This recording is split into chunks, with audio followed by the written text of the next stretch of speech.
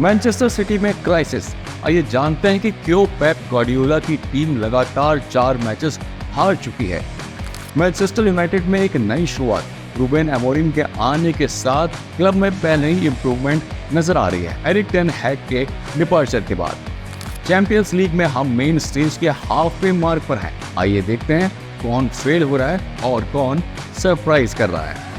Neymar अब अल हिलाल के लिए जरूरी नहीं रहे। ब्राजीलियन स्टार एक बार फिर इंजर्ड हो गए हैं और टॉपिक को डिटेल में ब्रेक डाउन करते हैं।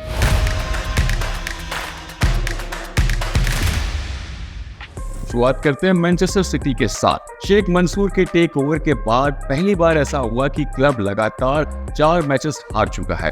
ये भी पहली बार है जब पेप गार्डियोला अपने करियर में ऐसे लूजिंग स्ट्रीक का सामना कर रहे हैं। आखिर इस क्राइसिस के पीछे कारण क्या है और क्या ये उतना ही बुरा है जितना लगता है? सब कुछ शुरू हुआ लीग कप एग्जिट के साथ, जब सिटी को टॉटेनहम के खिलाफ हार का सामना करना पड़ा।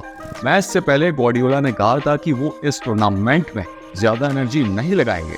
उसने एक पार्शल स्क्वाड फील्ड पर उतारा और मैच में पीछे चलने के बावजूद अलान को बेंच पर रखा।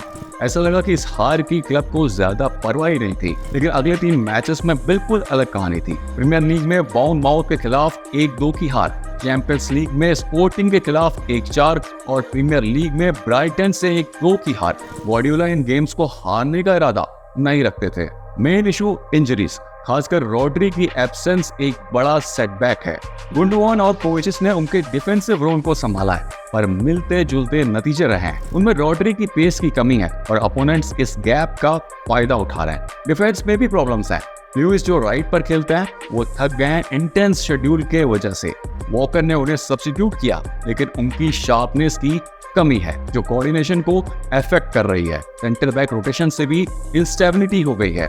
गार्डियोला के अंडर सिटी की डिफेंस कभी इतनी कमजोर नहीं लगी। इस सीजन में सिटी अपोनेंट्स को 15 मीटर की एवरेज डिस्टेंस से शॉट लेने दे रही है, जबकि पीक सीजन्स में ये डिस्टेंस 18 मीटर का होता है। पेप के अंडर सिटी का मिड सीजन स्लम्प नया नहीं है, लेकिन लिवरपूल के 5 पॉइंट्स आगे होने से टाइटल का रास्ता मुश्किल लग रहा है। इंटरनेशनल ब्रेक सिटी के लिए एक मौका हो सकता है वापस फॉर्म में आने का। ब्रेक के बाद के मैचेस सिटी के सीजन को डिफाइन करेंगे। कोई डिजास्टर नहीं है यहाँ। वो ईपीएल में 2nd प्लेस पर हैं और चैंपियंस लीग के टॉप 10 में है। शायद सिटी के हाई स्टैंडर्ड को मैच करना मुश्किल हो रहा है। या पेप इस सिचुएशन को रिवर्स कर सकेंगे? अपने विचार कमेंट में शेयर करें।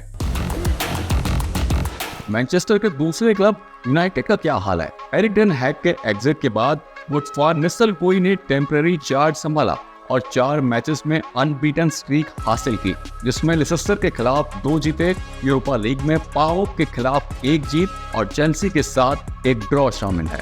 इस स्ट्रीक ने साबित किया कि फान निस्टेलरोय शायद टीम को लीड कर सकते हैं, लेकिन अभी के लिए वो रूबेन अमोरिम को चार्ज देंगे। क्या अमोरिम यूनाइटेड को उनकी पुरानी ग्लोरी वापस दिला सकेंगे? ताजा पिया ब्रागा और स्पोर्टिंग के साथ उनके पहले के अचीवमेंट्स काफी इंप्रेसिव रहे हैं, जो उन्हें स्पोर्टिंग कम्युनिटी में रिस्पेक्ट दिलाते हैं। सबसे बड़ा सवाल यह है कि क्या अमोरिम यूनाइटेड जैसे बड़े क्लब को संभाल सकेंगे, जो स्पोर्टिंग के लेवल से बिल्कुल अलग है। आज के टाइम में यूनाइटेड की पोजीशन को शायद एक प्रूवन और एक्सपीरियंस लीडर की जरूरत है, जैसे अंचेलोटी रियल मैड्रिड में है। जिडान का भी कभी यूनाइटेड के रोल के लिए नाम आया था, लेकिन इस बार ये चर्चा में नहीं आया, जो सरप्राइज है।